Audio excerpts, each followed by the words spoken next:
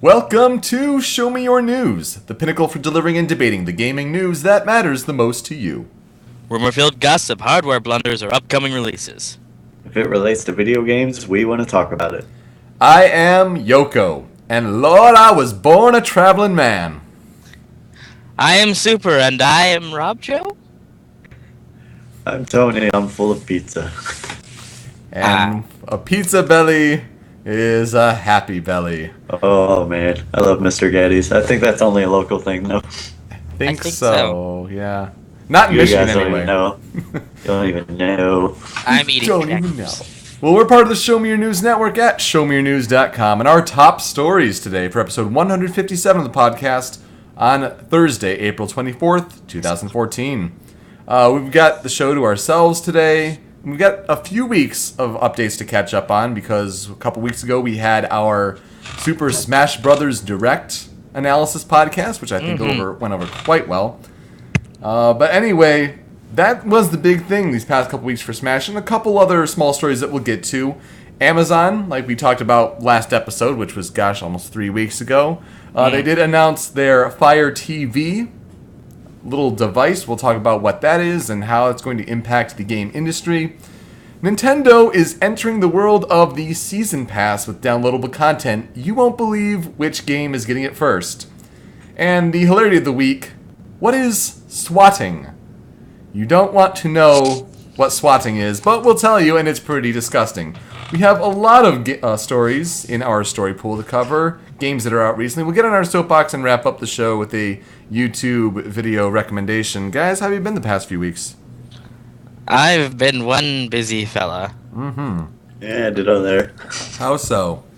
Well, let's see. Last 3 weeks, new job, new home, moving a lot, then moving a lot of other stuff, then helping my friend move and move him to his new job.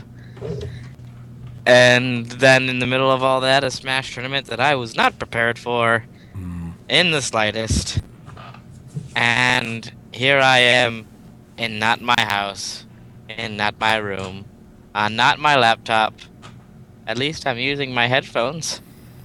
That's a perk, right? Not my account. Oh, that's right. On the YouTube version at youtube.com/showmeyournews, you see Super's identified as Rob Joe, who was very kind enough to join us for the direct analysis, and he did a very good job. Thank you for having him on. Yeah. Hopefully he won't. This is actually his room in his house and his laptop. So. So he is contributing to the show once again. Thank you, Rob Joe. Yep. Tony, how are you? Actually, I don't know. That's why I'm asking. Good. we text sometimes. Yeah, sometimes. I just Yeah. random little update. I did transfer Logan's to a different Logan's that's not 40 minutes away, so that's kind of been good on gas. That is, yeah.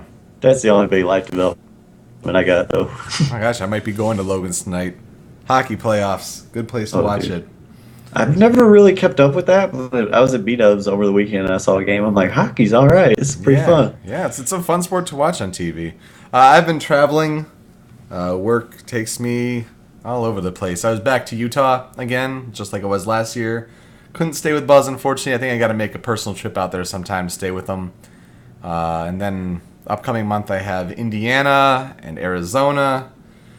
And I got to find time for thesis things and personal projects and trying to work out and get in shape. Where in Indiana? Kokomo. Is that north or south? It's central, and it's known for having one main street that has every single kind of chain on it. Restaurant, retail, you name it. There's nothing else to do in the town, but there's some Chrysler plants there, so that's where we're going. Nice. Anyway, we'll get to talking about the games we've been playing the past few weeks spending about a minute talking about each and a brief recap. And what are you playing? So, Super, you're up first. Let's see. And what I've been playing, I've somehow found time to play quite a few different games, but I'll only touch on one of them, really. I've played the recently available Super Mario Bros. 3 on Virtual Console for 3DS. Been playing that when before work a lot, but something I've been trying to get through And the only thing that's going to take many time for me to speak about is Mario and Luigi Dream Team. Dude, Oh. I'm so happy. Yeah, tutorial the video game. Yeah, there's a lot of that. Ah, this is my 4th run through the series. I don't need to be told everything. But it's some I people's first. They should I have don't scaled it care. back, but still. It's just like it's literally a choice of have you played the series before? Yes or no. That's all you need. That's a good point. Why didn't they think of that? I don't I know. still watch them because I'm like, what if the jump mechanics have like one little tiny different thing about them, and then Do they they? don't, and I'm sad. No. Well, there you go.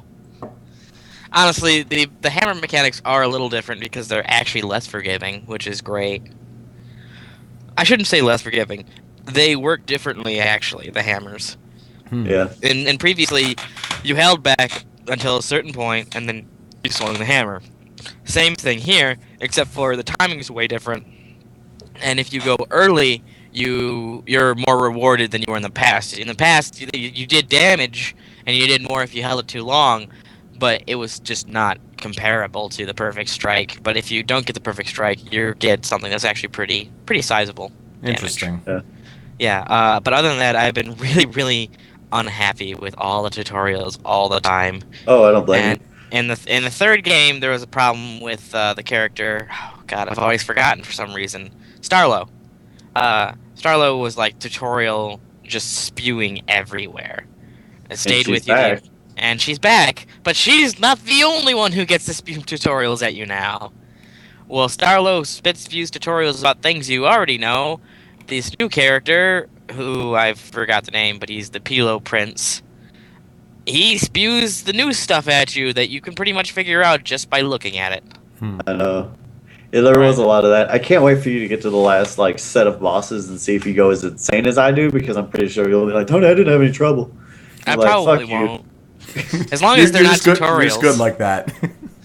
I kind of am, but I'm having a really big difficulty, treating this game like the Luiginary stuff, which was great name by the way, Oh yeah, that's real. Luiginary. But all the Luiginary Bros attacks are crap. Really? I mean, to be honest, I've only got the one, so I shouldn't say all. Just the Yeah, one you know. that you get to start off with. But like, I got like all of the stuff to power it up, and it did less damage than a turn and a half.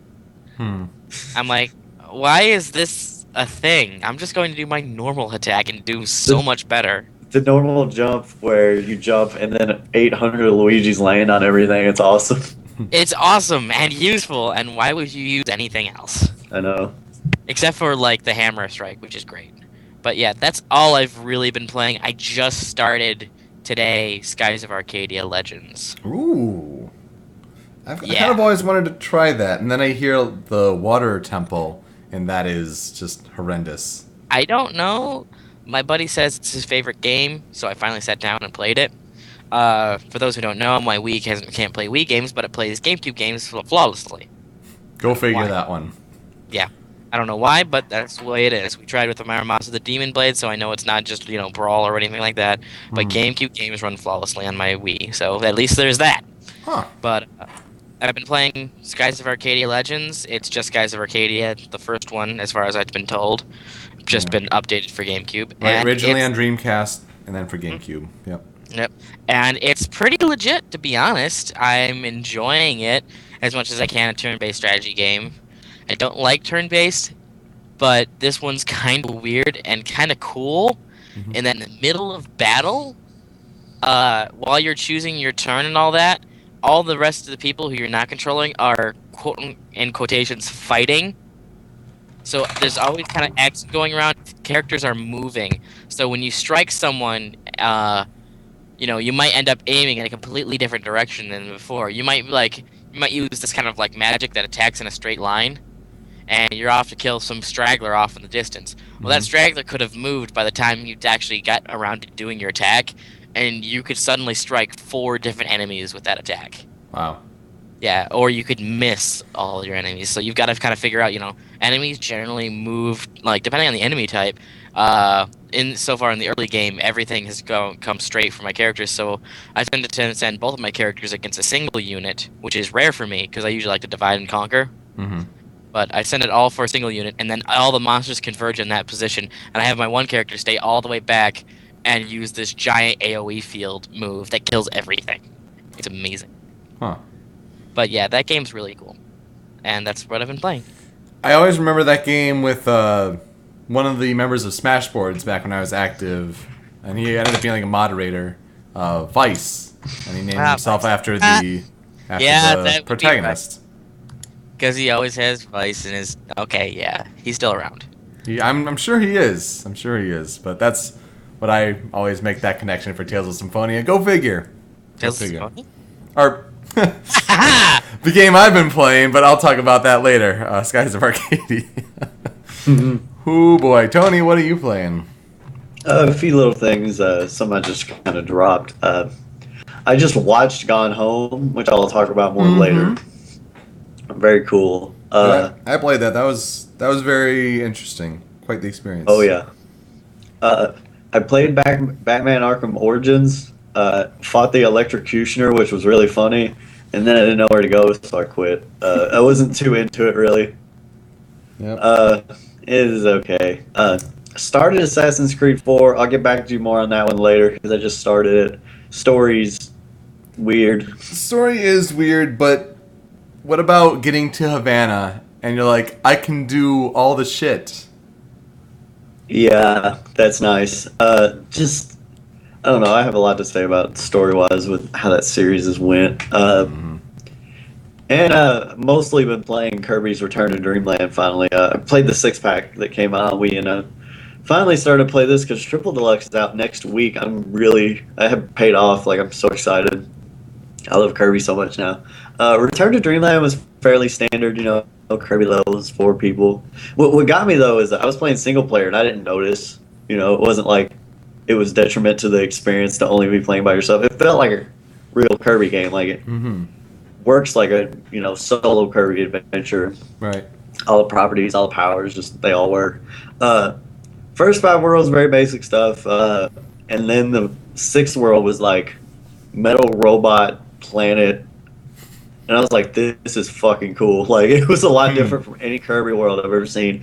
Music was awesome all throughout, but that world specifically, I'm like, this is so different. Like I love different environments. Like I've always remembered like this weird little music level in Sonic Advance 2. I'm like, this is fucking not been in a game before. Any of the Sonics.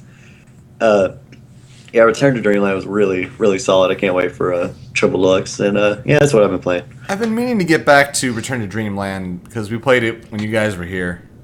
I like. It's just like it's more fun with multiplayer. It is. Yep. But I've played all the Kirby's, so I have fun on my own way too. Yeah. And My Kirby's Return to Dreamland froze when I got to the 5th world or something, 6th world, something like that. Man. So I got to figure out if that was just a one-time thing because we just kind of figured out we just kind of stopped playing at that point. I need to go back and double check and see if I can actually go further because I might not be able to. It could have just been a freak accident. I don't know, but we haven't gotten back together to play. Can either one of you guys guess the plot twist? I can guess. How far are you? I've beaten it. Oh, I can send and Return to Dreamland. Yeah. Sometimes you can guess the plot twist by someone's name. Yeah. See, with the plot twist in this game, it was so obvious I didn't think they'd do it, and then they did it, and I was like, whoa. So kudos for that, I guess. To be fair, I also have his second boss form and Lilac Cruz, so that kind of Oh helps. yeah, that's true. Well, make those 4 baby dragons an assist trophy, by the way. I'm all for that. Baby Dragons. Baby dragons. Well, they're bringing back Dragoon. Good old Dragoon. I don't care for Dragoon. Yep. I have been playing Tales of Symphonia. I beat Tales of Symphonia. I watched that video. I was a little sad that it was just the audio.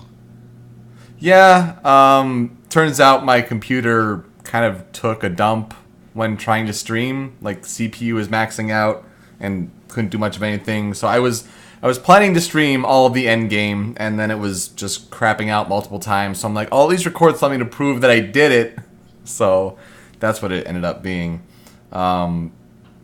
A lot of outdated JRPG mechanics that really frustrated me at times. I mean, the whole thing where you have multiple bosses in a row without save points. Maybe I'm spoiled by newer game design, but the first time you actually fought the big bad and it mattered, like, because there were a couple times where, like, you could die and you were supposed to die, but the first time where it actually mattered, you fought a boss beforehand. Yep. And I beat her, but then lost to him because he has this ridiculous laser, and it's like, oh my god, I'm just in this loop of death, and so I had to go through that cutscene, beat that boss again. Unfortunately, it only took me a second time, but it's still just like... I did the exact same thing my first playthrough. Kidding. Wow. I just saw him like, oh, it's one of these again. He's obviously kind of the last boss, so... And then I died and said they were never heard from again. I'm like, oh, crap! Yeah, and it's bad design. A lot of the dungeons were also terrible, too. I started streaming for the Emir Forest for ninjas. Yeah, the Emir Forest. And everyone's like, oh my god, it's the Emir Forest. Like, oh, okay, I guess it's really bad. And then I'm like, oh, this is why it's so bad. Yeah, it's really bad because the two worst dungeons follow each other. Mm-hmm. The Emir Forest and the Hidden Gorge. Yeah. Those are the two worst in the game. Like, underneath the Carlon Tree's Tower of Salvation, that's pretty bad too, but I like the story elements there. Just the dungeon itself is kind of shit. Yeah. So I had no problem relying on guides for the Emir Forest and other these ridiculous parts. So, all things considered, I enjoyed the game. Was frustrated by a lot of the outdated mechanics, but I'm like, it's a game from 2004. I get it. I'm sure Tales games have come, so far since then. So much further. So much further. So, next game I'm going to play is Abyss for 3DS. Okay. And like that'll be my progression. Then I'll do Vesperia, and then Exilia. No, Graces, then Exilia. I mean, I have to play at least 3 by the end of the year, according to my resolution. Right. So, but I ended up being level 68 at the end of the game. I was mostly using a party of Lloyd, Genus, Rain, and Zelos. That's pretty solid. You kind of kept that initial party instead of Kratos. You got Zelos. Right, but then at the end, I swapped out Genus for Presea just to have another melee attacker on a single target. So your final battle had Rain, Lloyd, Sheena, and Sheena. That's right, Sheena and Presea. Was it Presea? I don't remember Presea. I thought it was Presea. I don't remember. Go to youtube.com/showmeyournews to find out what my party actually was, because I can't remember. Like Tales of the Abyss 3DS, the only sad thing is that you can't stream it. Because I would really love to see the chat as you're playing through. Before you get to the first twist, the first really big twist. Yeah. Like, I would love to see the chat, like, everyone trying to shut each other up. Yeah. I mean, I do have it on PS2, but that would mean booting up a PS2 to play it. And I'll be traveling a lot, so 3DS. Right. Yeah. I mean, that makes a lot of sense. As far as plot twists go, I texted you and I texted Grant, some of you may know as Master Wuggles, or Master WGS, about one of the more obvious twists about the big bad. And then there was another twist after that I had thought would happen, and then I'm just like, nah, that's not going to happen. And then it happened, and I'm like, oh, it's pretty good. Good job, game. After I'm like... It basically boiled down. I read it, and I'm just like, you just said that, and then, lol. Yeah. This big twist happened. Lol. Yeah, and then... so I was like, try harder, game, and then you throw another twist at you. You're like, oh, well, that one was actually pretty good. I'll give him that. Yeah. Tales of Symphonia, very solid gameplay. The battle system's fantastic. The story is pretty, just, kind of your run-of-the-mill, though. Video Game Guru 64 in the chat on twitch.tv/showmeyournews asking, Dawn of the New World next, right? I have heard so much, can you not, about Dawn of the New World, even though I do have the HD Chronicles collection. Look it up if you're interested in it, But just remember, the only returning voice actress was Colette. And she wasn't even the best one. Because Sheena was. Yes. Also, who did you end up with at the end? I was reading that Kratos was an option, Yes. which I wanted, but I had the options of Colette, Genus, and Sheena. And I did Colette first, and then I read that. I'm like, oh, I'm going to restart. And then I hadn't saved until like 20 minutes beforehand, where it was like the big event at outside Altessa's house. Yeah, I hadn't saved until before that, like right outside his house. So I'd watch that again, only to find out that I didn't have Kratos, and I'm just like, oh, this is like Persona 4, the Christmas Eve. Got it. Good. So, I did not get all of the I didn't even get any of the trophies for the titles. I got some of the titles, I did some of the side quests, not all of them. I didn't do Dog Lover, I didn't do Gigolo. I did some of them, but all of them in the world, both worlds. Oh, sorry, is that a spoiler? Jeez. That's a bit much. It's a bit much. Any other questions that you may have, Tales fans? I'm all ears, but otherwise, I shall move on to Ghost Trick Phantom Detective. Did I get any costumes? I have costumes for Zelia because of other Tales games, but I did not get any costumes for the characters in Symphonia. Maybe if I ever did a second playthrough. I like the gentleman's outfit for Lloyd, but you can only do that after you get to the end of the game, right beforehand, and then you head all the way back. Wow, it's not so great design at that point. Like you have to do the. Yeah, I missed out on the swimsuits. Yeah, it's unfortunate. It's the Tales games. I think I'm going to discover that I just don't play long games anymore, but I'm sticking through it because I want to play them. I should play them, but I'm finding it difficult to like, oh, a 40-hour RPG with everything else I have going on. Okay. So Yeah. I think I started 7 again, and I'm like, I can't. Yeah. I've seen it. I know what happens. I don't want to so much time. Yeah. Yeah, Ghost Trick Phantom Detective, created by Shu Takumi, who is the creator of the Ace Attorney series. So you can definitely see a lot of his handiwork in this game. So originally the game is on DS. I played the iOS port, which is a pretty good port, especially if you're playing on an iPad. The gist is you are a detective, you are dead, and you have to figure out what your identity is. But you can only do that by moving through different objects that are close to you, kind of causing a Rube Goldberg, the chain reaction machines. Let's call them that. Essentially, doing those kind of things. You possess inanimate objects, create tricks on them to cause them to move or rock or whatever, and essentially you are meeting people in the world who often die, and you can go 4 minutes back before their death, prevent their death, and then learn more about who you are. And it's this whole interesting world. The gameplay got a little... There you go, Rube Goldberg. Thank you, Oven again.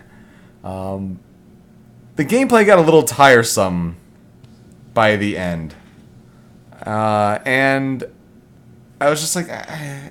I get it. They're trying to involve another character, and he has different powers, and you're trying to interact with your powers. But what I did appreciate was the story twist at the end. Not often do you get a story that just takes you by surprise, and I did not see that twist coming. If you've finished Ghost Trick, you know what I'm talking about. Your identity and the identity that was hinted at the beginning and then finally brought back full circle, they did a really good job with those two reveals, and I must say I'm impressed. The story resolved really nicely. I would recommend the game if you liked Ace Attorney. There are certain things like a main character is Missile, the Pomeranian, the dog. Yes, from the first. Get him, Missile.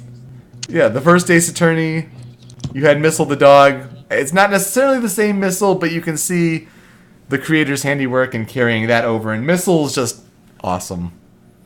It's a great twist ending, though I wouldn't necessarily play it again. But it's a good experience if you want an interesting world where you can just move to different things and try to affect fate. So, I'd recommend it.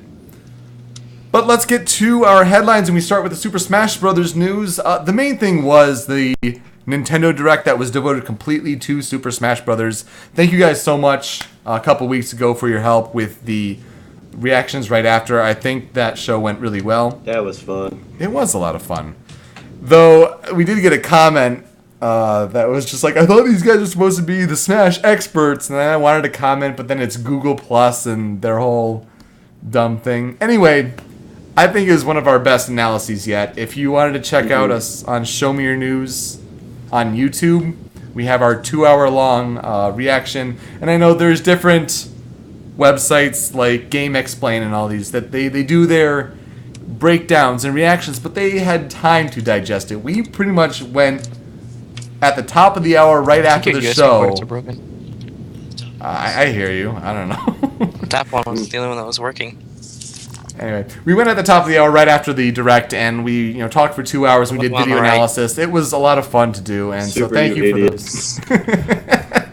So thank you for those that tuned in. So that was most of the Smash news that happened. We had a few screenshots since then. One thing that we did not happen to point out, we did point out some things that we discovered in the replays of the Direct, but one thing that did occur during the video footage for the new stage that we found out for the 3DS version, and it was reiterated, is the balloon fight stage on 3DS.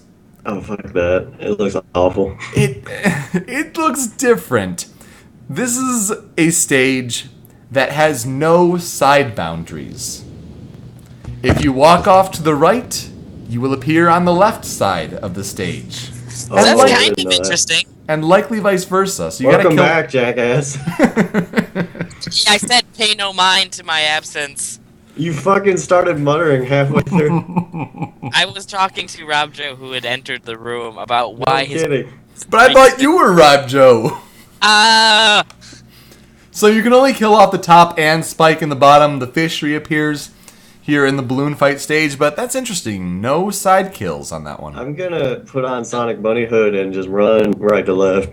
That's what you will do all day long, every day. But you gotta make sure to jump. You gotta jump over that water chasm. You gotta You jump. can't swim. Slide. Slide to the left. That fucking pinwheel thing, though. Oh my god, that was infuriating in Melee. Yeah, it was, and You remember that? yeah, and then it looks like some of them trigger, but some of them not, or maybe that's a bug currently. It's going to be interesting to see how those play in effect. But hey, you might as well just play on the Final Destination stage if you're a For Glory player, if you will. Yeah. Did anyone send you that petition to get rid of For Glory mode? I saw it, no one sent it to me, and thank goodness, because I'm not signing it. No, somebody sent me it as a joke. Like, look at this shit. Like, people were like, "Oh, this is not how the game's meant to be played." I'm like, shut up. See, I would understand if some people were like, we don't appreciate how you've categorized competitive players, Sakurai, but we know that Sakurai has been kind of a dick to those who play the game competitively. He's like, that is not how I meant Smash Brothers to be played. I get that, but the people, who are like, oh, screw the people who like that competitive, screw those guys. I think, what's the YouTube channel that they all kind of sit on a couch to the left side of the screen, and they all look to the Awesome? right. Probably those guys. They were talking about how, well, like, in sports there's inclement weather and all sorts of things. That's, taking things competitively. And then Terios in our Skype community chat had a pretty good analogy, like, items are the equivalent of an airplane crashing in the middle of a field during a match. It's not the same. You can't just adapt to that. So They just don't. You They would just call don't off know. the match. Yeah, you stop Whoa, there's a competition bomb. altogether. Yeah. One of Well, there's the an electrode there. We can't fight right now, guys. It's serious. If a What- bomb goes off on the field, I'm going to tell you they'll probably cancel the game. Yeah. Especially a smart bomb or a Yeah. bomb. Yeah. One of the better Sakurai quotes in recent memory. We got a lot of Sakurai quotes back in our dojo days of Show Me Your News. This is a pretty good one on Miiverse. Pick of the day. Don't eat him. You can't eat him. As Charizard tries to nom a Waddle Dee. I don't get it. Well, Kirby he's him all just the showing time. off the fact that the parasol is back. Yeah. Though, what is that background for the stage? That looks like Smash Run. Oh, okay. I could see that. Oh, Waddle Dee's an enemy, isn't it? Yeah, It Waddle could be Dee. an enemy, or, I mean, it could also be, yeah, he'd be an enemy at that point. Because, if I recall correctly, you could still grab, enemies in the subspace emissary.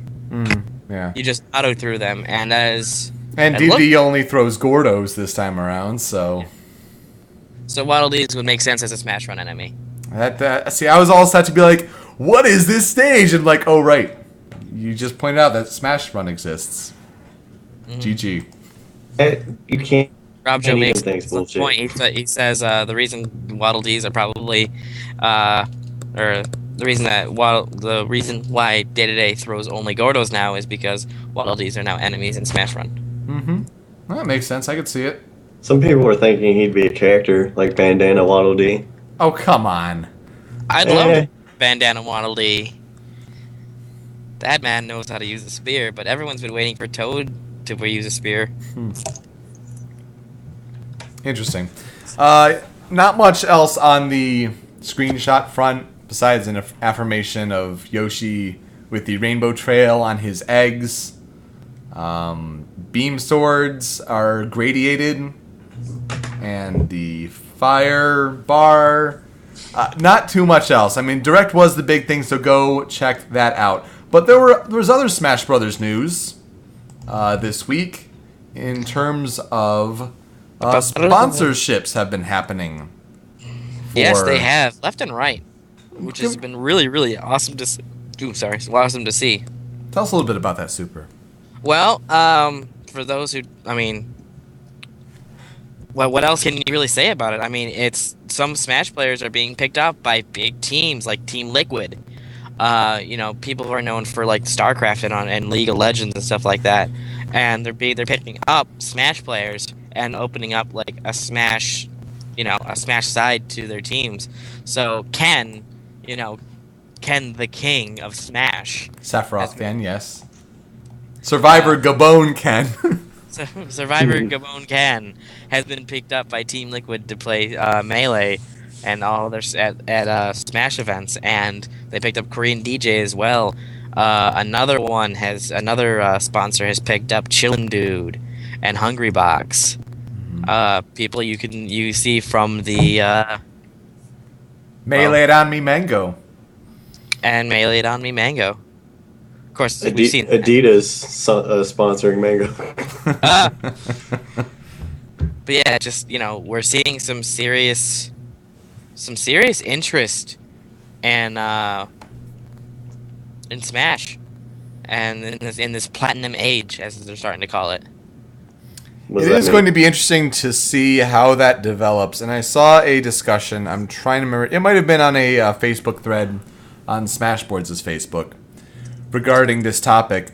And I saw a comment that someone made, and a lot of people were going against him, and I couldn't help but think, actually, I kind of agree with him, and I wonder what you guys think about it.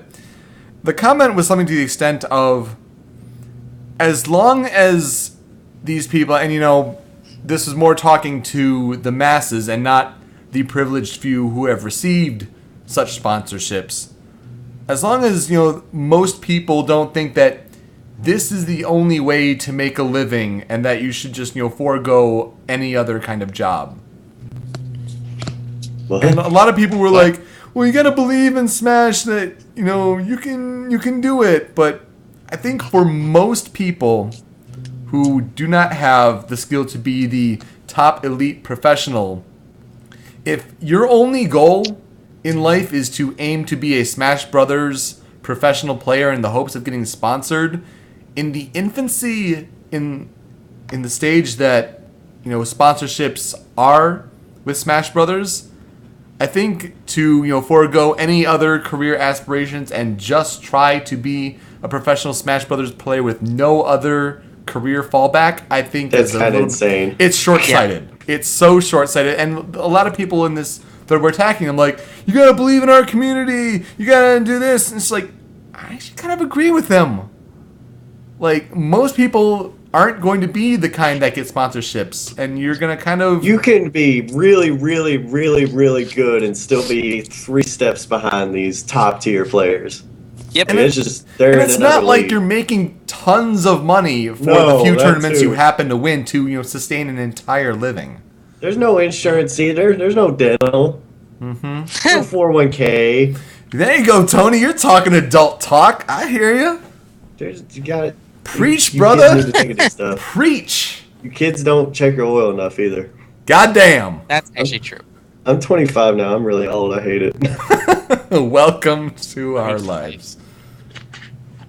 Nah, I thought it'd be worth to bring that up. And then also the Smash Brothers documentary, which got a lot of popularity, and I still have yet to see it. I've heard so many good things. I just keep watching it over and over again. Now there is a sequel on Kickstarter to talk about Armada and other players.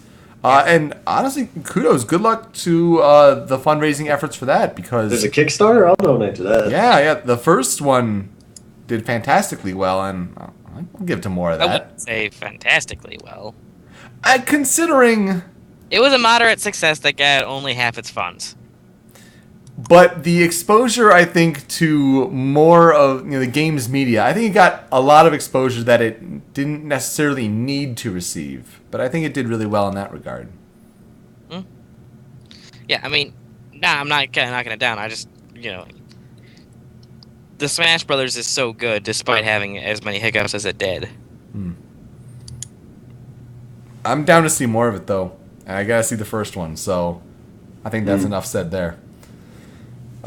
We had our last episode on April Fool's Day, so it has been a while, and then we said, oh yeah, and tomorrow, Amazon is going to be revealing their new video games console. Is it going to be a big box? Is it going to be more of a Roku, Apple TV thing? And it's more of the latter with Amazon Fire TV. Priced well, I think, at $100. That's pretty solid. Essentially what it is, it's a Kindle Fire, the guts of a tablet, in a little set-top box for your TV. Definitely not competing with big game manufacturers, with Sony, with Microsoft, with what Valve hopes to do with Steam Machine. But it can play games, so it's going to be a little bit of advantage there compared to the Rokus, the Apple TVs. I think it had the Sonic CD port on it, which I was like, that's cool. I don't know. I think I might have read somewhere that they might have the iPhone ports or whatever that Taxman made. I'm not sure. I don't want to say for sure. Did you read anything about that? Not yet. No. Okay, I've been separated from the internet for a little while. Well, I don't know. It's a nice little machine, and if you just want to use Netflix and stuff, and Amazon's got a streaming service that's not bad. Like, it's making me want to look at it and maybe get this for that, because I don't have cable, because cable's BS. Well, I'll tell you what, I mean, and it all depends on what your budget is. I totally understand. But as someone who has Amazon Prime, and I use Amazon a good chunk, so I love the free 2-day shipping, and then you also get the Amazon Prime thrown in there. HBO recently signed a deal with Amazon Prime for Amazon Instant Video for later this May to start streaming almost all of its content except for Game of Thrones. So it's useless. Not necessarily. There's a lot of good content on HBO, but do they have all the old Sopranos on there? Because I've been meaning to watch that. Sopranos will be there. Okay. So Amazon has a lot of money. It is the big one. Amazon has a lot of money. They're willing to use it wisely. And I actually saw a commercial for this where they definitely touted the microphone in the remote capability.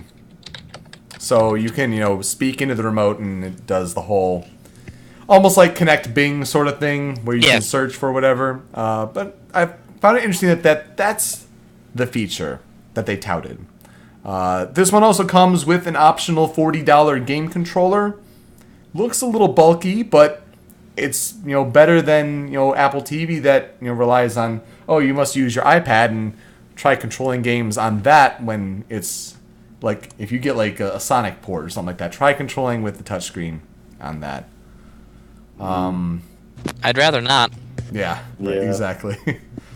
But it's nice to see that they're trying with a bit of a game focus. It's worth a mention on our show in a few weeks that have been just having a lot of different small headlines, nothing substantial. A new product launched, and it was a matter of, and it's now available. Go buy it. So those are my favorite. Those are nice to see. I'll give you that. Yeah. Yeah. So that's almost like Saturn. It's like a Saturn-like territory. It looks like a Wii, like Pro controller, like real hard. Doesn't it? Yeah, it kind of does. Mm-hmm. But the thumbstick's on the right spot. On the right. Exactly. It's the with the face buttons and absolutely. It's in the good place. The correct place. To those gamers who just bitched, this isn't for you. So don't be upset. That was like the 2DS backlash. I'm like, this isn't for you. Exactly. We have our thing. This is if you don't have Apple TV, if you are more of an Amazon person and you want to extend that profile into your home, attached to your TV, make it more like a smart TV, then it's for you. And I think $100 is a good price point. I think it's great. I watched someone break a 2DS today. Oh. How? Dropping it. They were an older gentleman, so not an older gentleman. It was an older guy, like 28. Oh my God! You just said older guy and 28. He's older than me if he's 28. But I'm like 2 years removed away from that. And then I would be 25, and 28 would still be older than me.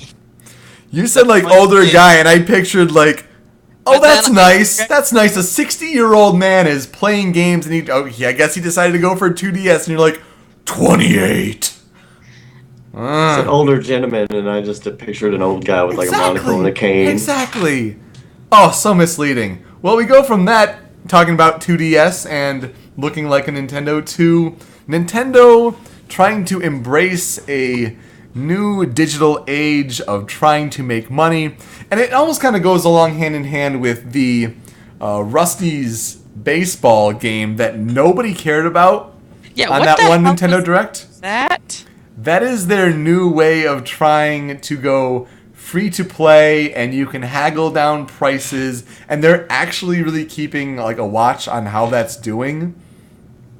So I just know that it showed up in my Street Pass thing, and I'm just like, what just happened here? It's a completely unappealing looking game, but Nintendo's trying to, and there was that whole comment during the shareholders meeting in the beginning of the year where they're like, we're looking in a way that maybe we can reduce the price if people buy more games. Obviously, I'm paraphrasing, but something to that extent. But this is not what we're talking about. It's not necessarily just the Rusty's Baseball free-to-play model. Nintendo is adopting the Season Pass downloadable content model. And would you guess they're starting with Mario Golf World Tour? I can totally see that. I don't think that's weird at all, really. Really? How so? Why do you say that? It's a good. I mean, makes sense to me. There's gonna be courses and extra crap. It's not the big game I would do it for. If this is just them testing the waters, yeah, it makes sense. But they could make a lot of money off like Mario Kart and Smash, like really hard. I don't want them to, because that's always been like against their mantra of like everything is in the box is everything you need, and that's what I like about them. I hope they don't start doing stupid crap like this. I don't want the kill George Washington extra mode to be. I don't know. This whole season pass thing, like, I've done season passes in the past, and they're kind of cool, but that's when you expect it from people. Nintendo doing this, it just makes me kind of go, is this the start of them releasing unfinished games and then finishing up their content with DLC? Especially if it's day one DLC. Mm-hmm. I'm more in line with Super's thinking here. I didn't think this was a way Nintendo had to I don't go. like it. Oh, okay, all right. I'm just saying, I'm not entirely surprised. I don't think it's I'm a little surprised to see, Yeah. but at least it's not like one of their main. It's not one of their main titles. It's Mario Right. Golf. All right, so they're It's just- kind of trial testing it. Yeah, I mean, I could see this kind of working out in the future for like Mario Kart 8. Mm-hmm.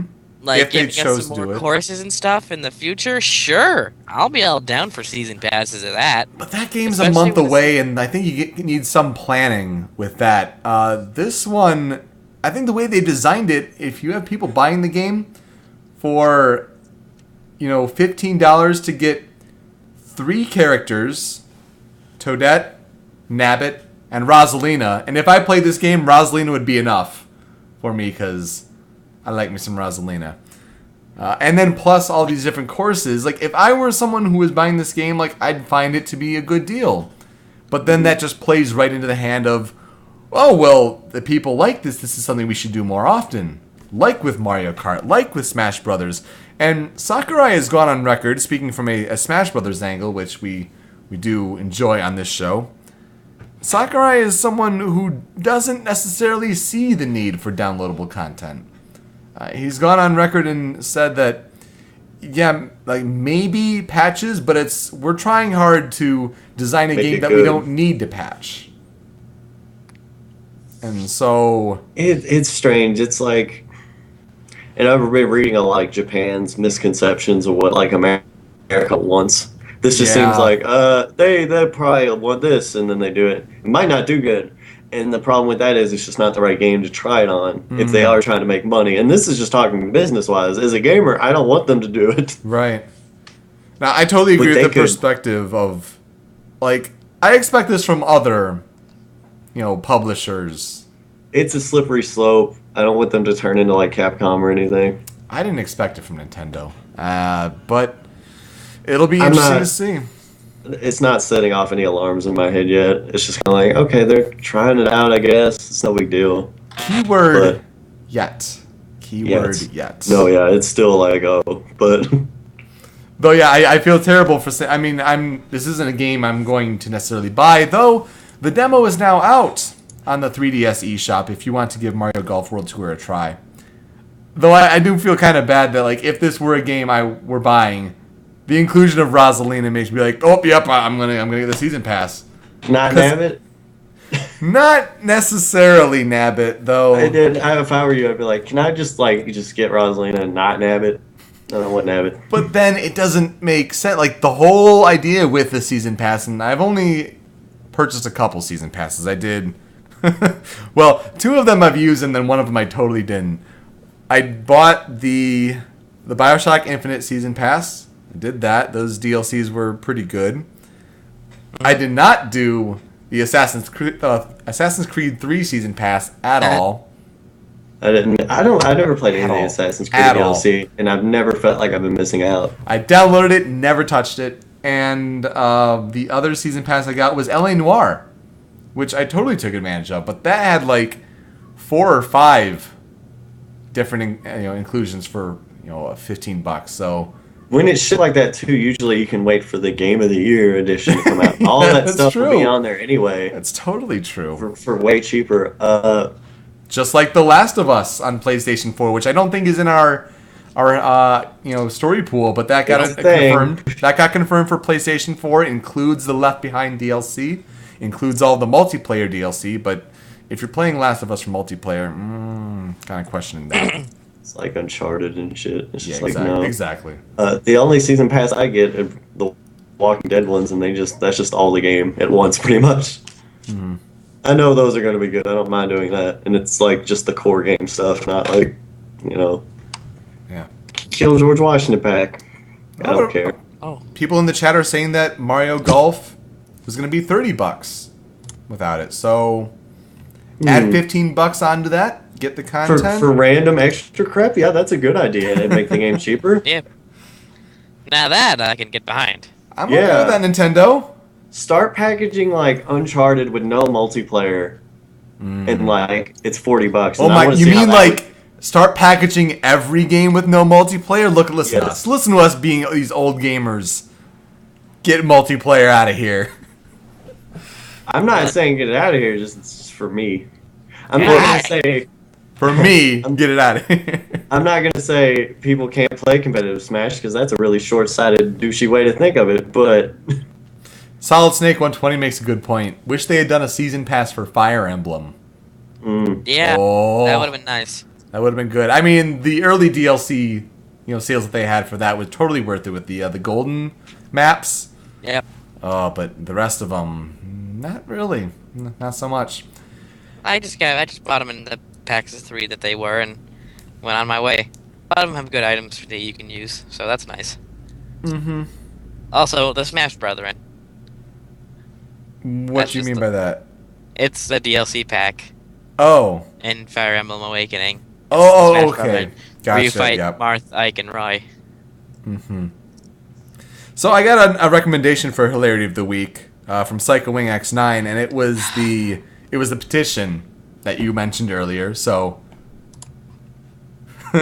Darkrai, let's see. SMYN on Nintendo. Why don't these games have online play? SMYN on other games. Why can't these games get rid of online play? Pretty much.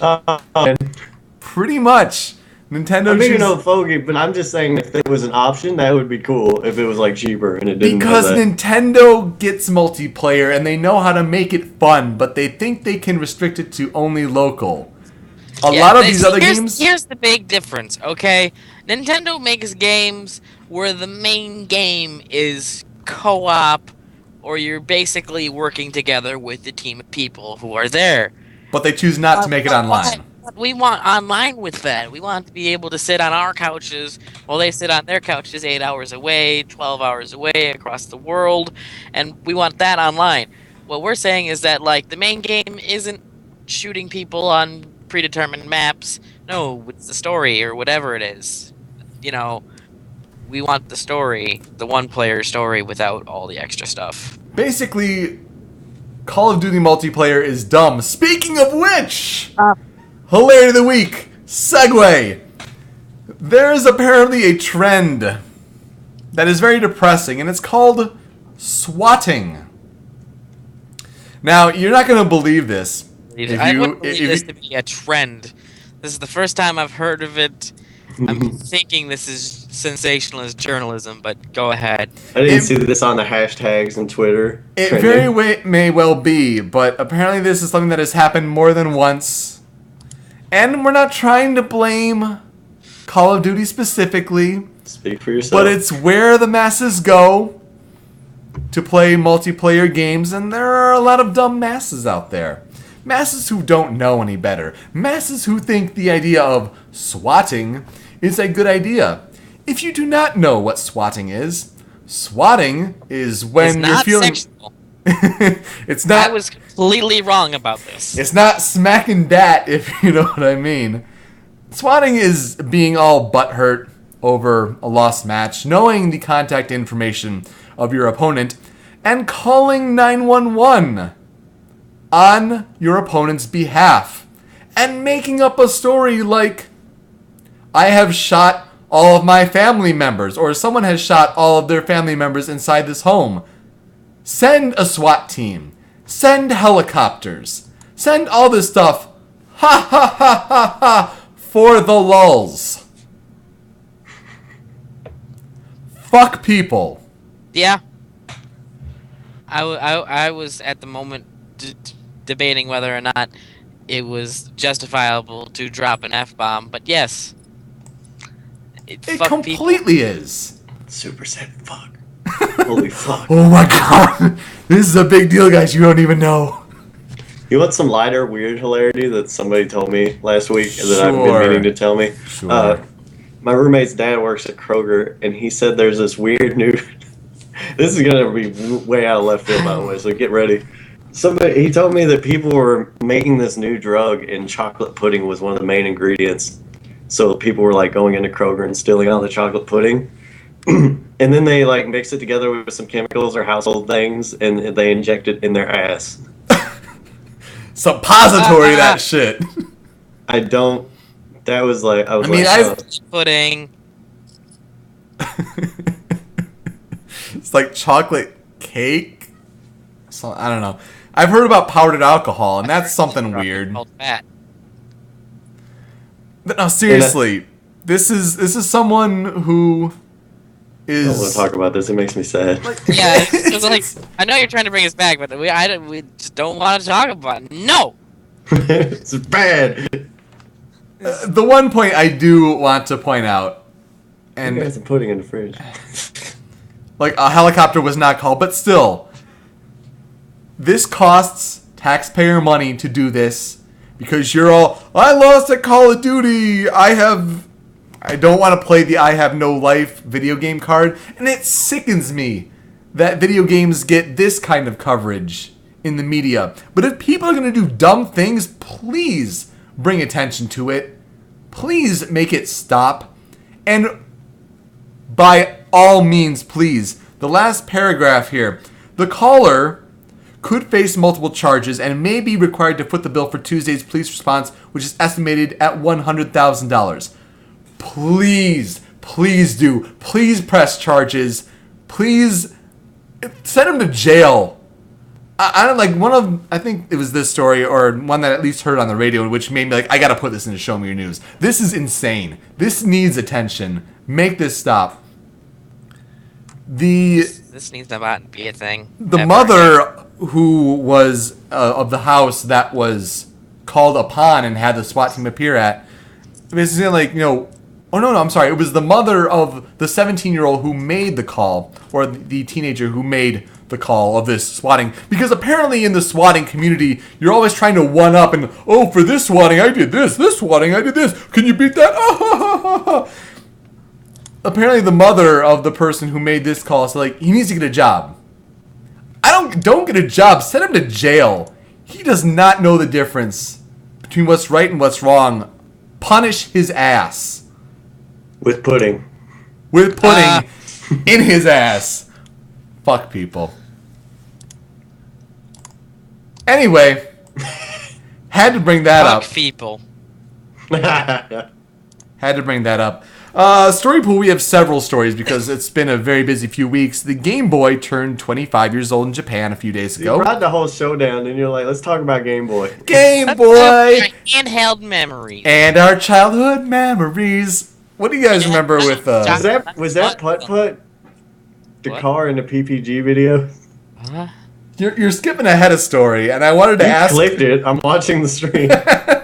That was the next one. I don't have I'm sorry, Tony. I don't have a tab in my Firefox browser to talk about handheld memories. Well, you're using Firefox. That's the problem.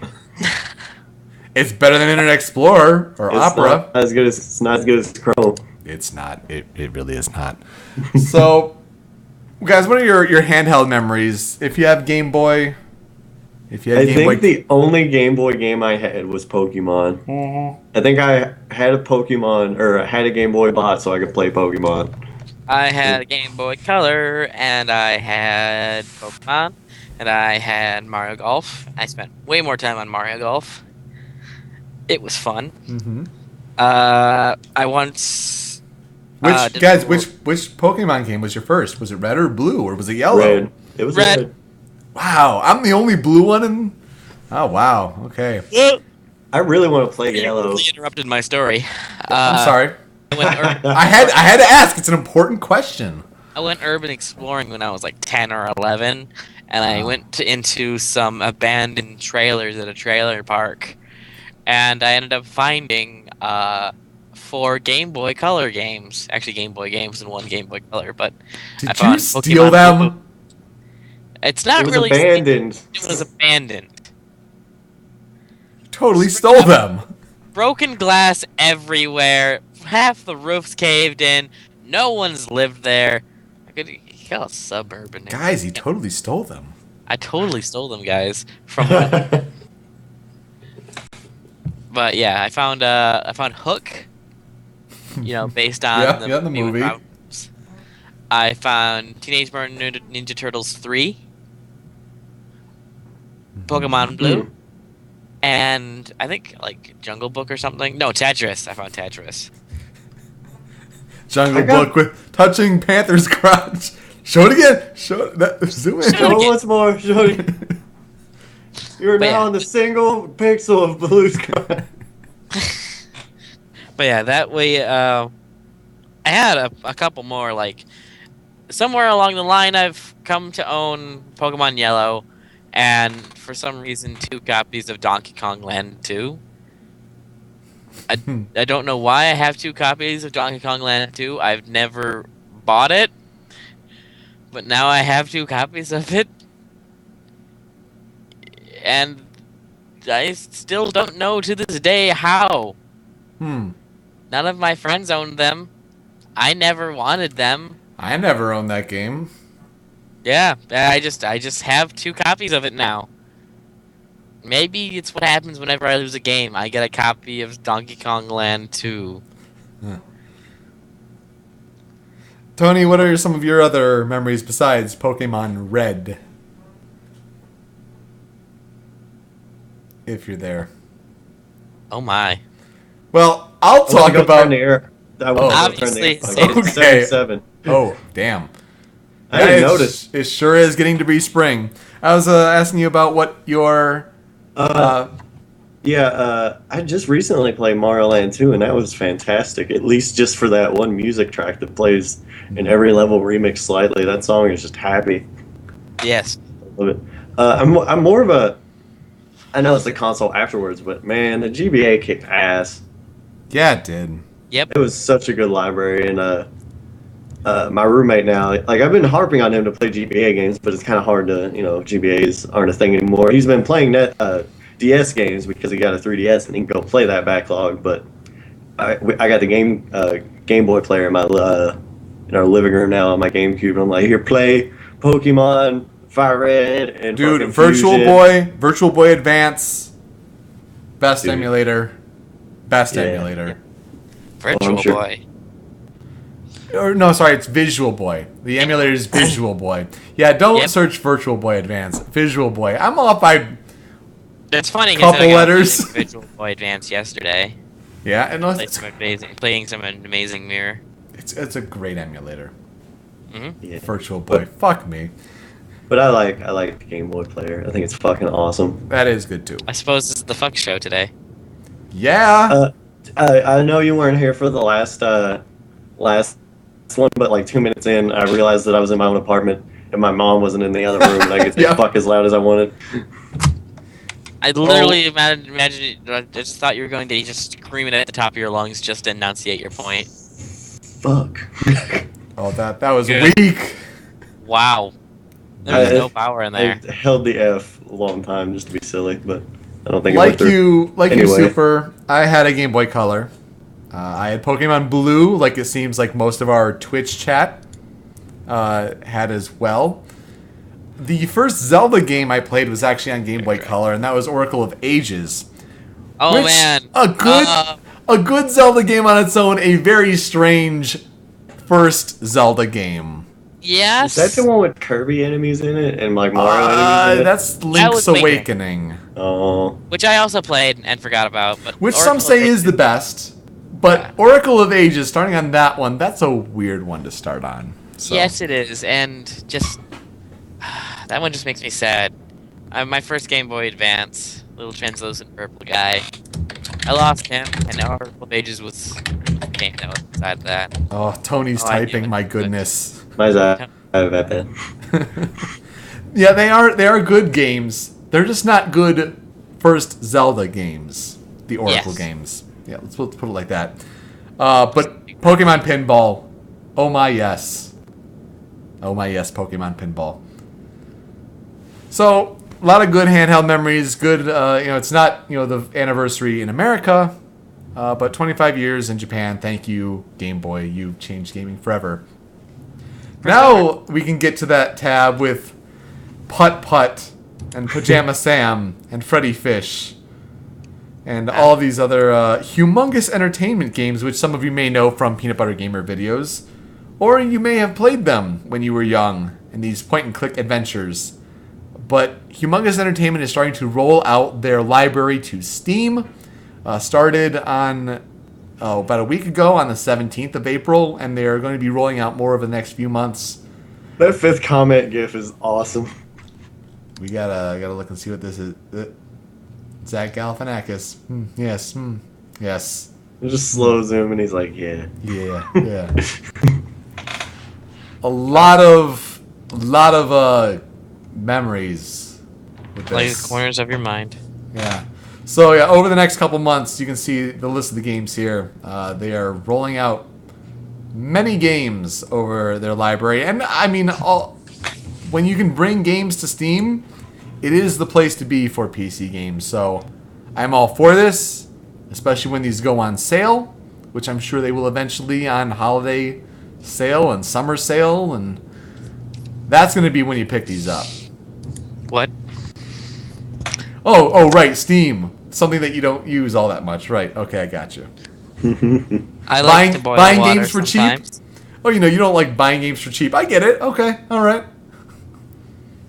Can my computer boil water? I mean, I think if your Probably computer, gets pretty hot. I think if Yeah. your computer can play any games, it would be games from the '90s that are simple point-and-click adventures. I would hope. You I mean would like hope. Rough Spawn? Maybe I remember playing that. or Pajama Jam. Pajama Jams. Pajama Jams. Pajama Sam. No need to hide when it's dark outside. Ah, scary. Woo. I've never heard of any of these. I've just heard of Putt Putt from PBGs. I don't know why you put this on the outline. I put in the outline for Because some sminjas. I'm looking at you, Ben. And he's like, oh, I just got chills. I'm sure Ben smiled. Ben, I'm sure he did. he just- smiles? That was the joke, Oh, that- jackass. It's not as funny when you explain it. Buzz would, I'm sure, be talking for minutes and minutes on this. The new Borderlands prequel. But it's not the prequel. It's Borderlands the pre-sequel. New Borderlands game. So midquill? I Yes. guess so. Okay. Because that's a weird word, and they wouldn't use that in a title. But pre-sequel is, just fine. It's silly. New game coming this year in the fall from 2K Australia. Gearbox is not, primarily developing the game. They are helping with development. Though Randy Pitchford had an interesting defense for why this game is still on Xbox 360, PlayStation 3, and PC, and not making the jump to current gen, Xbox One and PlayStation 4.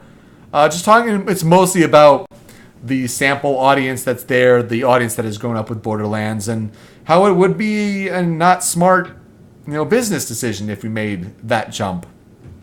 Talking If about it was the outright percentages. 3, I would disagree, but I think it's fine if it's just a silly little. I think it's fine. I agree with you there, but you only have this year, and maybe next year you have to start questioning the games that are only released on those now last-gen platforms. Yep. You got to make the move eventually, especially when these consoles, these newer ones, have taken off as well as they have. With I'd say building that their because I'm sure, the numbers are there after like all PS4 success. We know at least for sure. They haven't released numbers on Xbox One recently, have they? They do, and we might as well mention those there. I mean, PlayStation 4, 7 million sold to customers. Xbox One, 5 million sold to retailers. Still not a bad number though.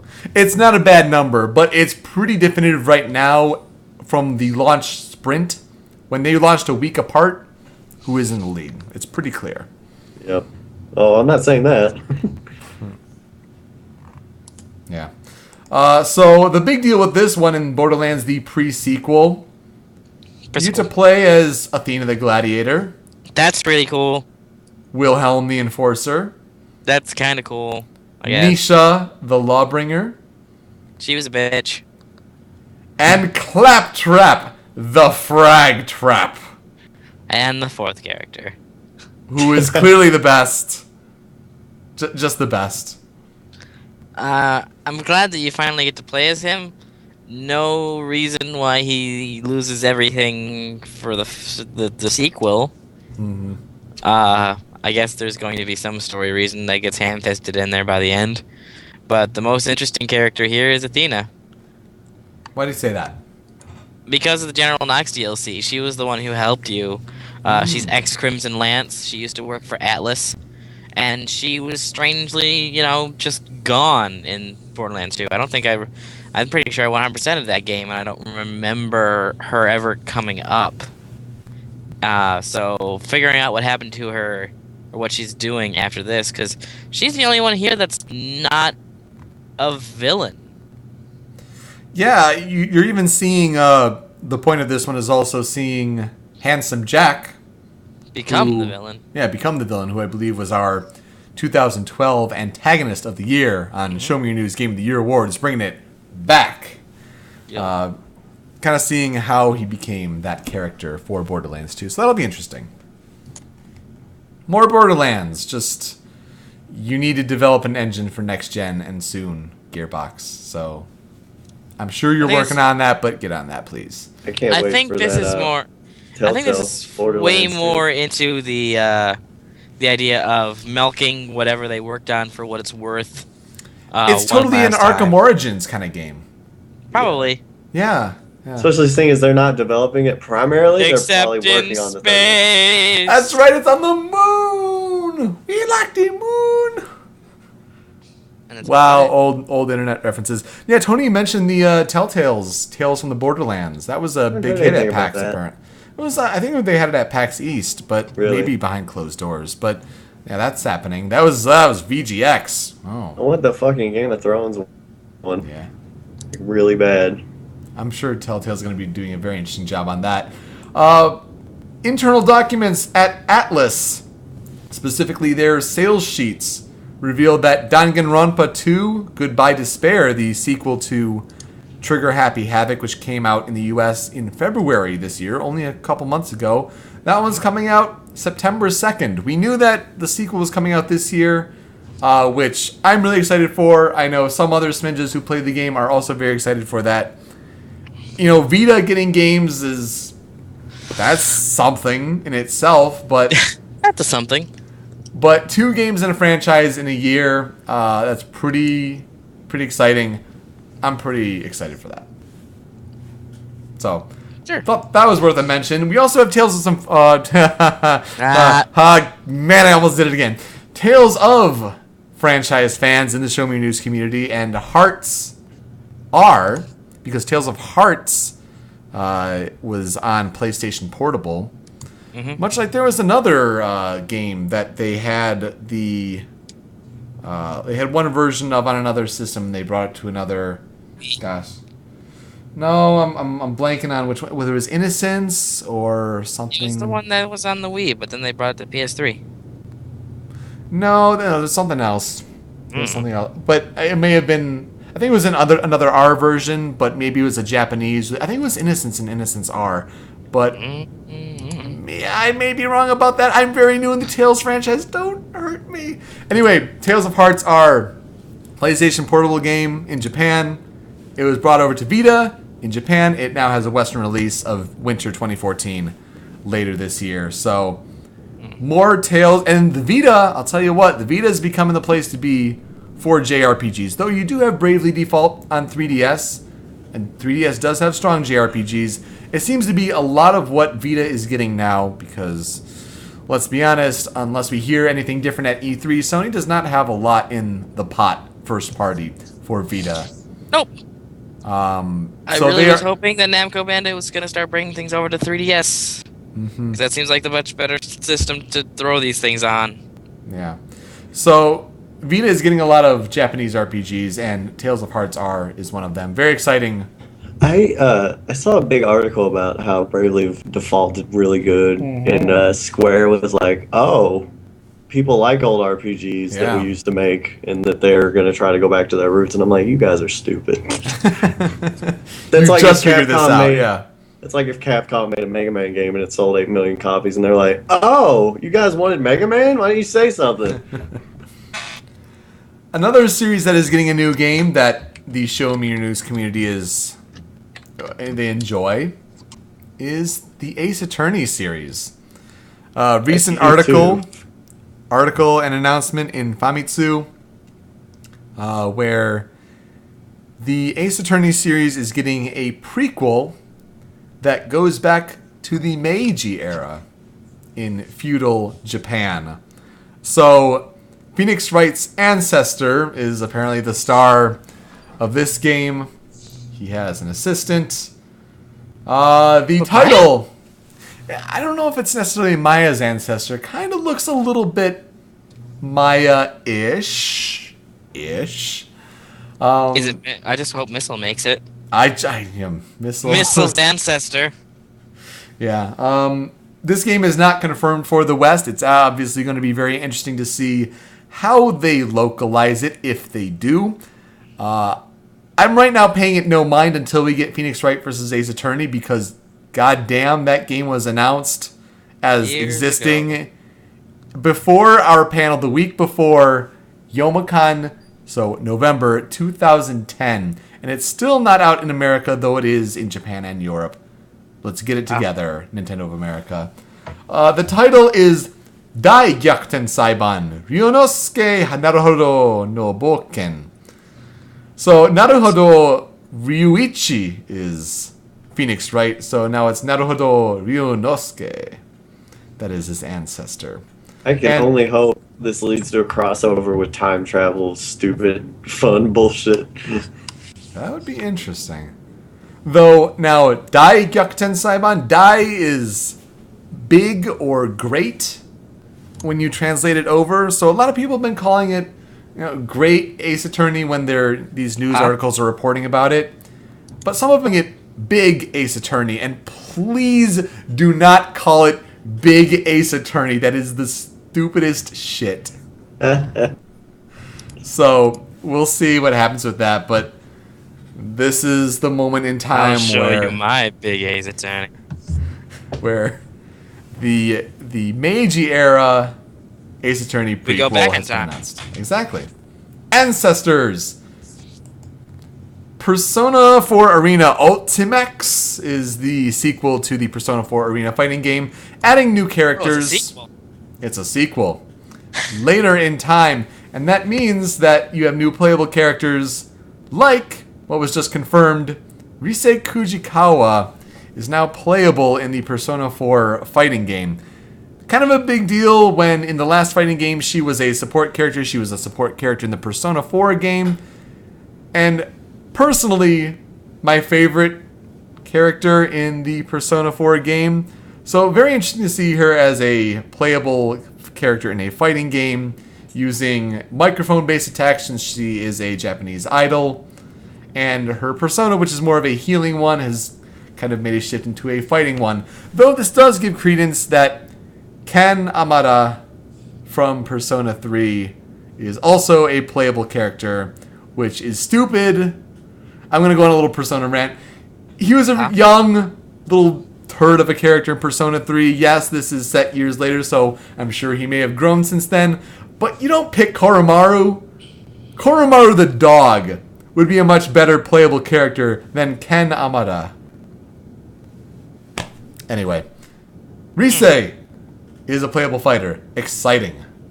I guess. On the Halo fronts, super. Halo? Marty O'Donnell, who is the composer for like the Halo Marty. franchise.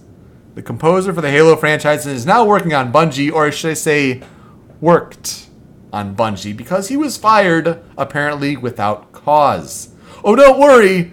Destiny is still on track to release on September 9th. But, not cool. Not cool, Bungie. I don't know. Marty's a fantastic composer, He is. and he's been with Bungie for a long time. I'm guessing that perhaps this is a difference. This is more for differences on like. I'm not the word. I'm not. I can't. Don't want to use the word theological, but this looks like something like they have different viewpoints about what to do in the future. Hmm. Like Marty might think that he in essence, don't take this the wrong way, but like is more important than he is and has more swing. I can see that.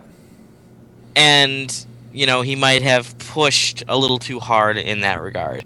I never really got a good idea of who Marty is. We just knew that he was an exceptionally talented composer.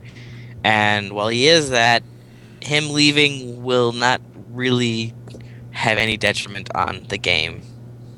Because he's probably already finished all the music for it. He probably has. I mean, yeah, they're saying it causes no setback to the game, which means his work is probably already done. A lot of people are saying... I've heard him say, yeah, it's in the game, all his music. Yeah, yeah. So a lot of people are saying, just go back to Halo. Neil Davitt is doing a pretty good job. Halo's 4's soundtrack was pretty damn good. I think he'll still be brought on to 343, but I think he'll only be brought on if he gets brought on as kind of an understudy, not as the main guy. Yeah. Which would be a huge blow to his ego. Yeah, you've seen collaborative composer teams in the past, so it's definitely possible. And then our last story in the story pool was going to be our hilarity of the week before this whole dumb swatting thing came out. Granted, this is almost from 3 weeks ago. A 5-year-old boy exposed an Xbox One security flaw, apparently. And I think that's almost overstating it, but he found a backdoor into the password verification screen. And so it's not like hacking in the traditional sense, but this little kid was able to essentially press, entering the wrong password. He hit space a few times, and then he got into his dad's account. And so Microsoft patched it up. They gave him 4 free games, $50, a year-long subscription to Xbox Live Gold. But it made for the amusing headline when you're like, yeah, a 5-year-old could get into, someone else's account on Xbox One. Do-ho-ho-ho. Oops. So, that was worth mentioning, I thought. That would have been a much better hilarity, not a let's kill humanity of the week. Maybe that's what we should title it. Or as some people just said, Show Me News just has a new segment. It's called Fuck People. Yep. Games that are out recently. I like it. Yeah, games that are out recently. I'm sure you do. We are in the doldrums of game release season, at least until the end of May. And then we're going to go right back into the summer doldrums. The Elder Scrolls Online is out for PC. Smash in the summer. Yeah, in the summer, I'm going to guess like August. Yeah. Wouldn't that be something, though, to get it in July?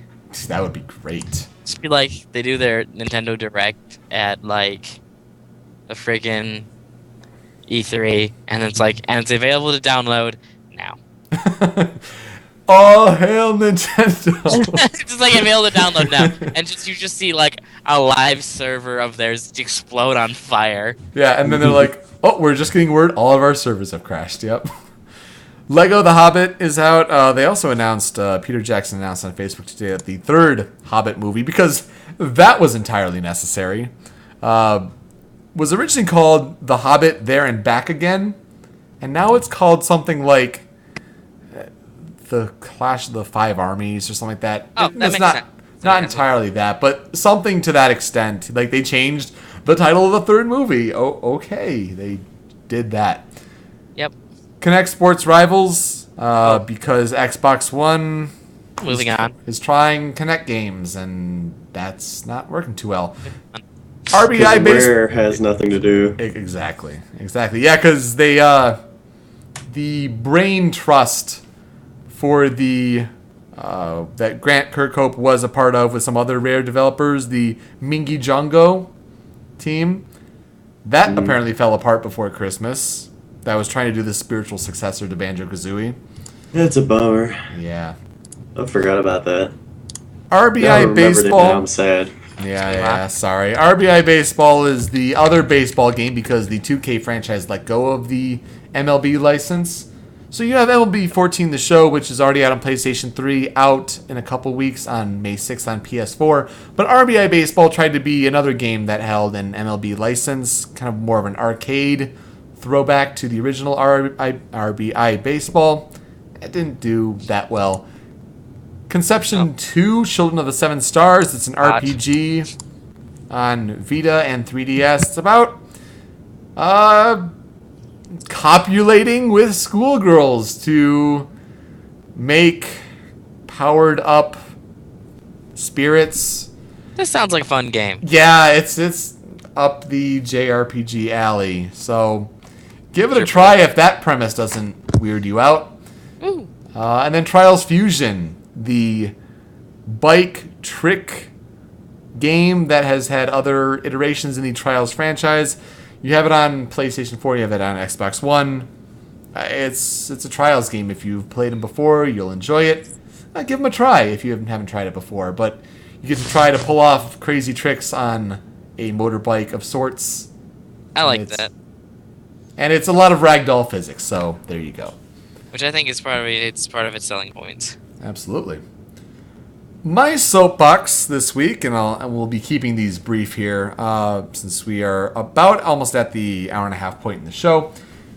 PlayStation is doing the right things when it comes to these sales that pop up, giving almost Steam-like and beyond sales prices to games on consoles. But because it's on PlayStation, it extends beyond their home console platform towards the handheld market with Vita. PlayStation for last weekend announced about 30 games or so that were 99 cents a piece. I got 5 of those. I got 7 of them. I got 7 of them. So it was all the Crash games, all the Spyro games. I had all the Crash games, so I picked up all the Spyro games. They had the entire Back to the Future Telltale game. Tony, you just named all of the games that I got. Yep. Good on you. Oh. What was the other one? I've never played Braid, and that was 99 cents. I picked that up. That's a good one too. Yeah, I have it on Xbox Live Arcade and PC, so I didn't need to see the need. But think about it this way. As you said, all 3 Spyro games, all 3 Crash games, playable on your PlayStation 3 and your PlayStation Vita for $6 total. Throw in the entire 5-part series of Telltale's Back to the Future. That in itself was 99 cents. 7 games for $7, and then you had more games that Sony offered, and it was just for a flash sale on the weekend. Combine this with the news that PlayStation Vita, for the longest time, did not support every PlayStation 1 and PlayStation Portable game. Now it seems like they do support every game. I don't know why they haven't made this a bigger deal, but people who like it can now play Metal Gear Solid Portable Ops on Vita. They never could before when it was just a PlayStation Portable game. This means that all of these Crash and Spyro games, which may have not had compatibility, now does have compatibility on PlayStation Vita. Sony is doing things right, and meanwhile, I hate to bring you up, Nintendo, but now they're like, we finally got Super Mario Bros. 3 on Wii U and 3DS.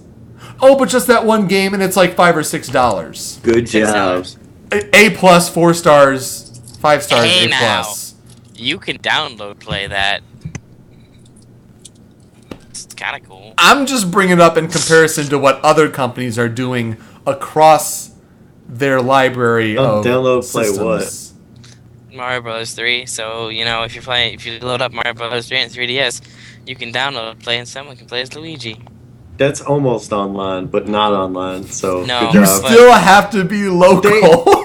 They implemented that technology. Like they spent time to fucking do that, but not online. Yes.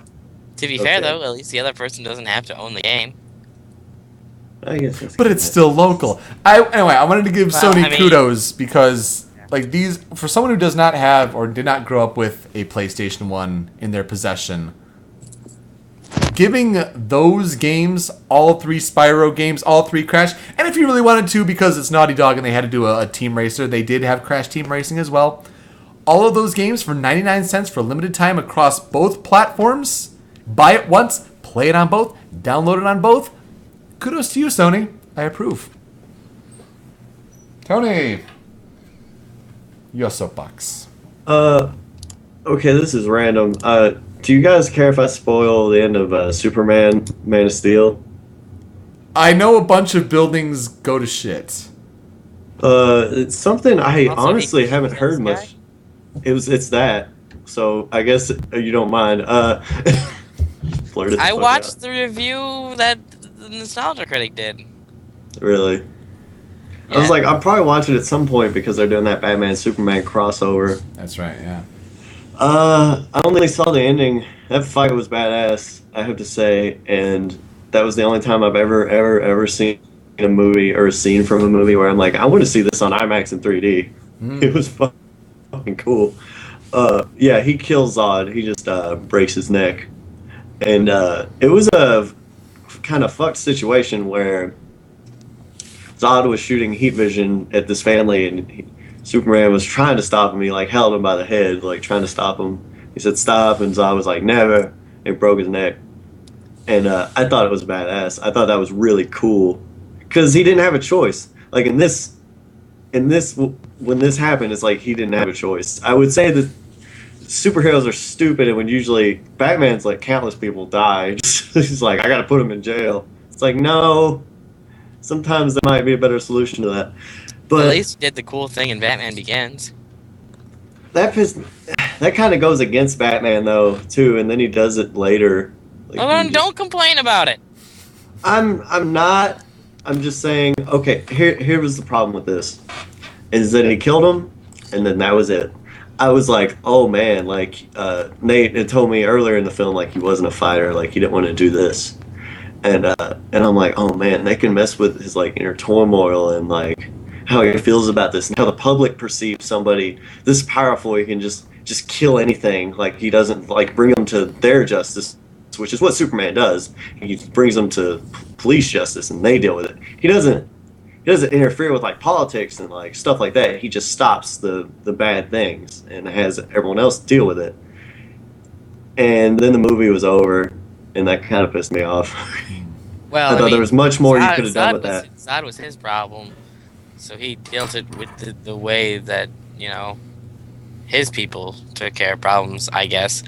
He kind of could make it up on the spot. I just felt like there was some missed potential there, is all. I expected him. It was surprising in a good way. I just thought it would go somewhere. I thought he would just throw him in the Phantom Zone because that's usually what they do with Superman. You said That you were was also going to talk about Gone Home. Oh, I was gonna YouTube recommendation that one. Oh, okay. I just wanted to make sure because I'm interested in what you have to say. I didn't about forget. it. I liked Alright. it, but yeah. Super. I've been away. As far as my soapbox are considered, I just want to bring up Skies of Arcadia real quick again. I was really thrown off. This game has ship battles. Assassin's Creed. What? No, good ones. Like it's turn-based as well. Everything's amped up. Like you can do like 60 damage, or you know sometimes you get a critical hit and do 170 damage. Like when you're ship battling, 2,000 damage. Ah! You could have just straight out blown every single character you had out of the water in a single ship battle attack. And it's like it's really strategic and stuff. And I'm thinking to myself, why can't more games be like, even though this is turn-based and not my jam, I'm enjoying it. So why do so many games try and shoehorn these other mechanics, and they're played so differently? Whereas this is kind of like, it's still the same kind of turn-based, you know? You attack, heal, you defend, you have all those kind of things. But it's just a different setting and situation. It's a different setting, and some of the rules are a little different, but it still handles, like, exactly the same. You're not in some weird, you know, other game taking place in the game you were having fun with. I think another good example to harken to something we both enjoy would be the Glitz Pit. Oh, yeah. Yeah. Mario's like a professional wrestler, but it's still the game. Like they didn't like, well, here's a tower defense mini game. Like it's like, no, you're still same shit. Yeah. If anyone's wondering what that is, that's Paper Mario 1000 Year Door. Yeah. Yep. Yeah. And Assassin's Creed, respectively. Yeah. Yeah. You don't tower defense all of a sudden. You're just still playing Mario. You aren't finding monsters in a dungeon anymore. You are going out there to fight guys in a wrestling arena. To climb your way up the ranks. Yeah. It's you trying to do, different, Macho but Man? still the same. The mechanics are still the same, even though the entire chapter has this, difference to it. It's much different. And that's And- cool. And Skies of Arcadia, the It's refreshing. ship battles, you're still running a turn-based RPG. You still got all this, but it's like you run 3 different turns in the same turn. Like you have to plan for 3 turns of events going on. Like each character in your party does something, and so so it's kind of the same in that you always choose the 3 people in your party before it goes into the round. Mm-hmm. But in this, like, each person's stuff is its own round, because you all are part of a single entity on the ship. So it's a kind of narrative dissonance, yet gameplay similarity. Right. It's actually really cool. I'm enjoying it. Hmm. I hear that it gets crazier and crazier as the game goes on. Yeah, as you upgrade your ship with different things. But yeah, it's just like, my soapbox is, So why you do Bax. it? My soapbox. It basically is, why could we do things right back then and yet do it so wrong now? Ship battles. Ship battles. That's I right. like how we always brought up, this is how you do it right, and this is how Assassin's Creed did it wrong. Oh, every situation, yeah. Yeah. I booted up Assassin's Creed 4. Like I said, I'll talk more about it when I get more into it. But I started it, and it's a ship battle, and I'm like, I want to stab things. This sucks. Like, for like 10 minutes, I was pissed off. The ship controlling is so much better than it was in 3, though. It It's was, but so it should much not better. be a thing in that game.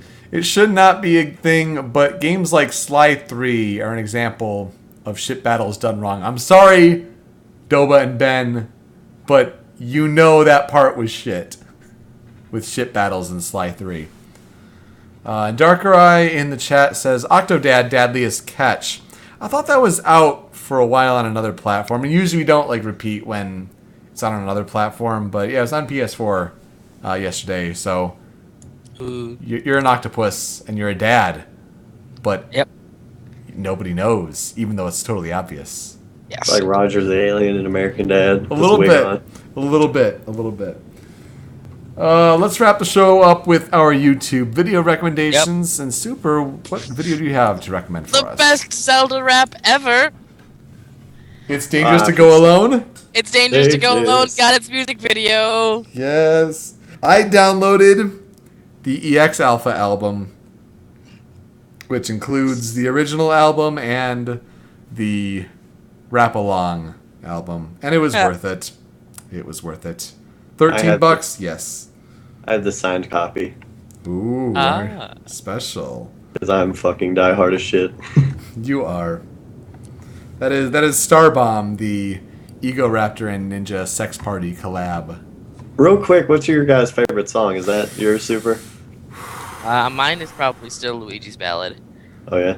Luigi's Ballad is a good one. I like the tune of the Pokemon one. I do too. Right. I I like- haven't really tried. Like, I think as far as pure enjoyment goes, I really like the Castlevania one. That I was gonna say I think my favorite one is Crashervania, the Castlevania one. But as far as the tune and everything, I think I Choose You to Die, the Pokemon one. That one is really good. My favorite's the Street Fighter one. That's a good one too. I That is really the- like the second part of Ryu rapping, like Ego Raptor rhymes, these fucking It's 5 big words. Yeah, that is fucking crazy. I think they said they did that one take, or not one. Not one take, I should but probably he bring did, this like, up edit that. while, What's up? while you guys brought up Ego Raptor's rapping. It's improved. Go watch Fat Refund. Oh, okay. What is that? Fat Refund. It's recent. It just came out. I don't know how easily you can find it because I had some difficulty finding it earlier. Stamper. Yeah, Stamper, Stampers. yeah. but like, when I Tap, tried to look, just type fat refund. It's the first thing. I'm looking for the non-somewhat clean version. I want the But if dirty you can find the non-somewhat clean version, I think it's easier to find now than it was a couple days ago. But Fat Refund, go watch that Yeah. because Eagle Raptor's rapping has gotten better. Oh yeah. God damn it, old man. Damn it, old man! Tony, Gone Home, I'm guessing. Gone Home. Game Grumps version, no. That'd be cool. Yeah, it would be. It was a really. Have you talked about this before on the show? Yes. Because I It played was- it. It was my plane. It was a really good little watch. Well, here's the thing with that too: is it's so engrossing and so like captivating. Me and Nate were like, Nate was like, we should watch this game called Gone Home, and I'm like, all right. And we started it, and he's like, we'll probably just flip through it a bit, and we just fucking watched the whole No, thing. like it's like a 2 to 3 hour game. It's definitely the developers were originally on the BioShock team, so they were all about narrative storytelling by finding things in the environment and having the story be told that way, which is very BioShock, something that game originally did, but a different environment, a different protagonist, a different setting, and Which is an characters. experience that you can only do with a video game. Absolutely.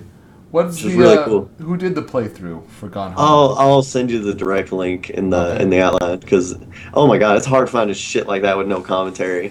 And like Now- the video I found was like no commentary. I'm like, thank that's you. the best. Like we saw my brother and I, we saw a Let's Play for Zero Escape Virtue's Last Reward because we were like, that ending is fantastic. We want to see that ending again. And we saw this this Let's Player. I can't even remember his name, but he was the kind like. I know some people say like Chugga Conroy, but is the kind that like every single line he wanted to make a joke and they were terrible, and then he wanted to voice act every line and that was fucking awful. And it's just like, can people like stop doing Let's Plays like that? And Chugga's gotten better. Yeah. He just played Kid Icarus, and I think he just shuts up during the dialogue, and he comes back and he's like, "Okay, now we're flying around." He's a really good walkthrough, like dude. Like I really like Yeah. Chugga. Yeah, I mean, like I know when I've you know, seen I that. play games on stream, like I'll make certain remarks here and there, but otherwise, like, watch the game. Like, you don't need me to tell some dumb joke. So why are you? I don't know. But Super wanna do that for a living. if you can play Gone Home, highly recommend it.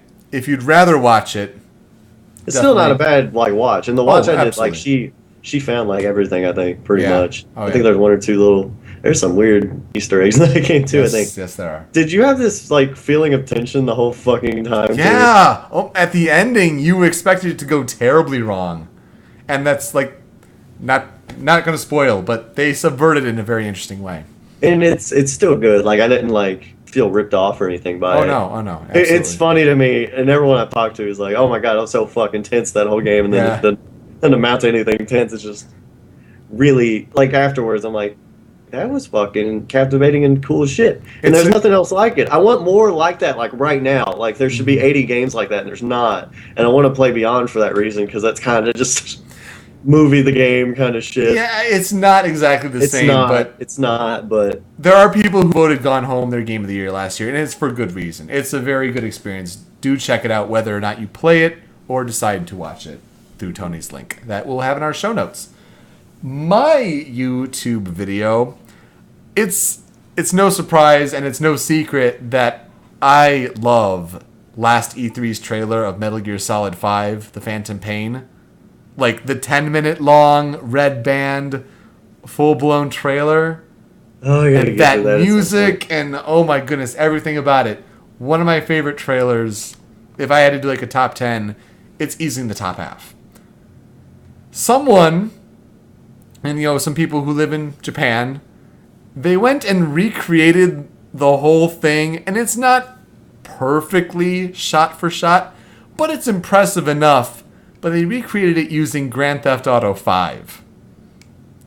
And the link I'll provide in our show notes and on our outline here is a video that includes the side-by-side with the original and the Grand Theft Auto 5 version. It not only shows you how impressive the Fox engine really is, but just the work that they went through to recreate that trailer in the limitations that they had. And not necessarily limitations. I mean, Grand Theft Auto 5's engine can do a lot. A lot. Mm-hmm. But what they could do with those tools and still recreate that with the cameras and what they could do with the characters, and it really impressive. Do give it a watch, and my goodness, I love that original trailer. Did you ever see that video online where it's like somebody recreated Toy Story with the toys in real life? Oh man, I that may still be downloaded to my computer. That's fucking awesome. It's great. It's great. You gotta love when fans do things like that. It's insane. Anything else you guys want to bring up before we wrap things up for this week? Damn you, Kiefer. That's appropriate. I still really want to play a game. Those analysis guys I showed you that did like 2 and 3. Oh yeah. They did like a 20-minute video about 5, and I'm like, shit, I can't watch it. I gotta watch that now. I really am interested in the content in the game, but Kiefer kind of pissed me off, and I still gotta do Peace Walker. You gotta do Peace Walker before you do Ground Zeroes. That's like a must. Mm-hmm. Whether it's, and I personally, I watched the 3-hour movie cut of it, and I got the whole sense of it.